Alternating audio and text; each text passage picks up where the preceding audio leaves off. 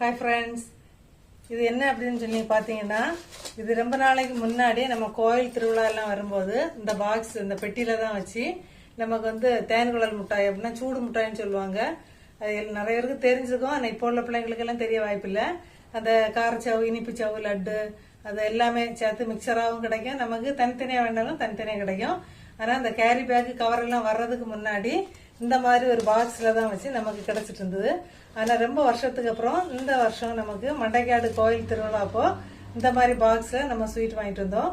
இப்போ என்ன பண்ண போறோம் அப்படின்னு சொன்னா, இந்த வாங்கிட்டு வந்த பாக்ஸை நம்ம வந்து ஸ்வீட் எல்லாம் சாப்பிட்டு முடிச்சாச்சு. நல்லா வாஷ் பண்ணி காய வச்சு நம்ம சூப்பரா ட்ரை பண்ணி எடுத்தாச்சு. இப்போ இதை வந்து நம்ம ஒரு வீட்டில் யூஸ் பண்ற ஒரு பேஸ்கெட்டை நம்ம யூஸ் பண்ண போறோம். இதுல வந்து என்ன வேணா நீங்க போட்டு வச்சுக்கலாம். இப்போ கிச்சன்ல யூஸ் பண்ற மாதிரி பொட்டேட்டோ, ஆனியன் அந்த மாதிரி கூட போட்டு வச்சுக்கலாம். அப்படி இல்லை ஹேர் கிளிப்பு அந்த மாதிரி ஏதாவது உங்களுக்கு போட்டு வைக்கணும்னா போட்டு வச்சுக்கலாம். உங்களுக்கு எது தேவையோ அந்த மாதிரி போட்டு வச்சுக்கலாம். இது வந்து ஒண்ணுமே ஆகாது. நம்ம தண்ணி நனைஞ்சா கூட கிழிஞ்சு ஒன்றும் போகாது. அப்படியே கொஞ்ச நேரம் நல்ல வெயில்ல காய வச்சு எடுத்துட்டோம் அப்படின்னு சொன்னா நமக்கு வந்து அப்படியே ரொம்ப நாள் வந்து யூஸ் பண்ணலாம். பிளாஸ்டிக் அந்த மாதிரி பாஸ்கெட் யூஸ் பண்றதை விட இந்த மாதிரி நம்ம யூஸ் பண்ணணும்.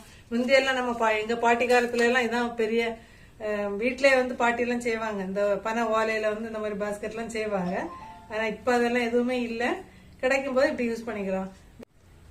இந்த மெத்தட் யாராவது ஃபாலோ பண்றீங்க அப்படி சொன்னா கமெண்ட்ல சொல்லுங்க. Okay friends.